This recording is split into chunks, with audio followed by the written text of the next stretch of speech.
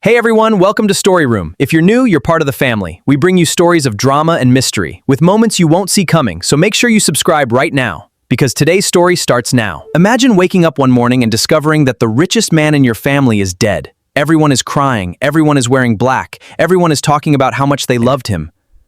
But what if the dead man was actually standing somewhere nearby, watching everything? This is the story of Victor Blackwell. Victor was one of the richest men in the city. He owned several companies, huge mansions, expensive cars, and properties worth millions. Everywhere he went, people treated him like a king. "Good morning, Mr. Blackwell. Sir, can I speak with you?" "Victor, it's been so long." People were always around him. But despite having hundreds of people in his life, Victor felt completely alone. One night, Victor sat inside his enormous living room. The room was beautiful. Gold decorations covered the walls. Expensive paintings hung everywhere. A huge chandelier shone above him. But Victor wasn't looking at any of it. He was staring at an old photograph. It showed him when he was younger, standing beside his best friend, Richard. Victor smiled sadly. "Were you ever really my friend?" He whispered. For years, Victor had noticed something strange. Whenever he bought something for someone, they loved him. Whenever he gave someone money, they called him their brother. But whenever he said no, those same people suddenly disappeared. Victor began wondering, if I lost all my money tomorrow, would anybody still love me? And that question wouldn't leave his mind. So Victor decided to do something crazy. He would fake his own death. The next morning, Victor called his lawyer, Daniel. Daniel arrived at the mansion and sat across from him. Victor looked at him seriously. "I need you to help me disappear." Daniel frowned. "Disappear?" Victor nodded. "I want everyone to believe I'm dead." Daniel immediately stood up. "Victor, have you lost your mind?" Victor didn't laugh. "I need to know the truth, Daniel." "What truth? Who actually loves me?" Daniel stared at him. Victor continued, "If people think I'm dead, they'll stop pretending." After several minutes, Daniel finally agreed. 3 days later, Victor disappeared. His expensive car was found completely destroyed beside an isolated road. His wallet was inside. His phone was inside. Even his expensive watch was inside. But Victor was nowhere to be found. The police searched the area. News reporters arrived. And within hours, the entire city heard the news. Billionaire Victor Blackwell feared dead after tragic car accident. Victor watched the news from a secret apartment. He expected hundreds of people to call. And they did. But what he heard broke his heart. His younger brother, Marcus, called Daniel. "Is Victor really dead?" Daniel replied, "I'm afraid so." Marcus was silent for a few seconds.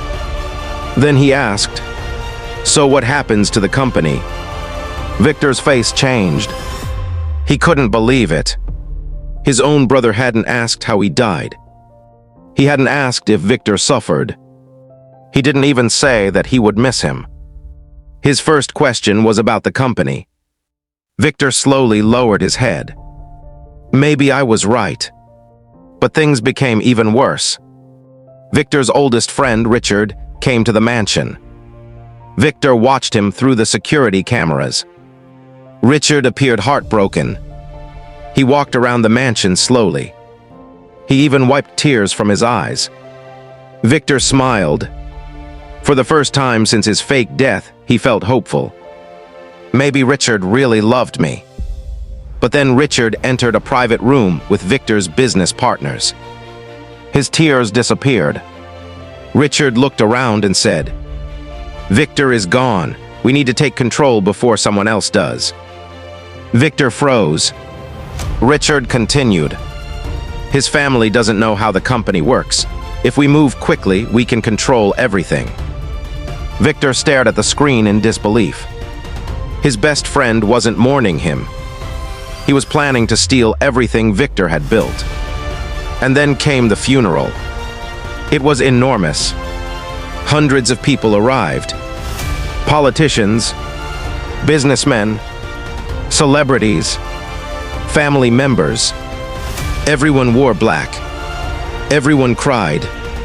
Victor watched from a hidden location. He saw people who hadn't spoken to him in years, suddenly telling everyone how much they loved him. One man even stood beside the coffin and said, "Victor was like a brother to me." Victor almost laughed. "You haven't called me in 3 years." But then Victor noticed someone. Maria. Maria had worked in his house for many years. Unlike everyone else, she wasn't talking about his money. She wasn't talking about his companies. She wasn't talking about his cars. She simply stood beside his photograph and cried. She placed a small flower beside it. Then she whispered, "You were difficult sometimes, sir." She smiled through her tears. "But you were always kind to me." Victor's eyes became watery. Maria continued, "I'll miss you."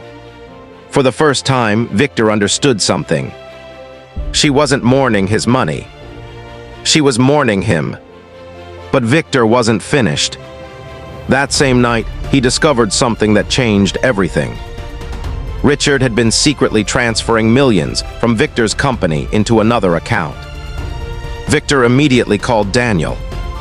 "It's time." Daniel asked, "Are you sure?" Victor looked at the security footage. "Yes, I've seen enough." The next day, Victor's funeral continued. Richard stood in front of everyone. He pretended to cry. "My greatest friend is gone." Then suddenly, the giant screen behind the coffin turned on. Everyone looked up. The room became completely silent. A video appeared. It showed Victor alive. He looked directly into the camera and said, "If you're watching this." The crowd gasped. "Then you've probably already decided what to do with everything I left behind." Marcus dropped his phone. Richard stopped breathing. And then Victor walked through the doors. Alive. The entire room erupted. People screamed. Marcus stepped backward. Richard looked like he had seen a ghost. Victor walked slowly toward the crowd. He looked at his family, then his friends, then Richard, and finally said, "I spent my entire life wondering whether people loved me." He paused, or whether they loved my money. Nobody said a word. Victor turned toward the giant screen. All the secret conversations began playing. His brother discussing the company. Richard planning to take control. His family arguing about his inheritance. The entire room watched in silence. Richard immediately ran toward Victor. "Victor, please, I can explain." Victor looked at him. "You had 20 years to be my friend." Richard began crying. Victor shook his head. "You weren't waiting for me to come back. You were waiting for me to die." Police officers suddenly entered the room.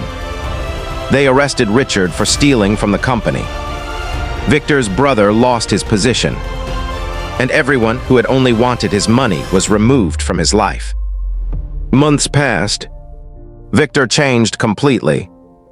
He sold several of his mansions. He stopped showing off his wealth. He began helping people anonymously. And one afternoon, Victor visited Maria. She opened the door and froze. "Sir." Victor smiled. "It's good to see you." He handed her a box. Maria opened it. Inside was enough money to completely change her life. She looked at Victor with tears in her eyes. "Why are you doing this?" Victor smiled. "Because when everyone thought I was dead." He paused. You were the only person who missed me." Maria hugged him, and Victor finally learned the lesson he had been searching for. Money can buy a mansion. Money can buy a luxury car. Money can buy almost anything. But money can never buy genuine love. Because sometimes, the person who has the least to gain from your death is the person who truly cares about your life. And from that day forward, Victor stopped trying to prove how rich he was and started proving how much good he could do. The end.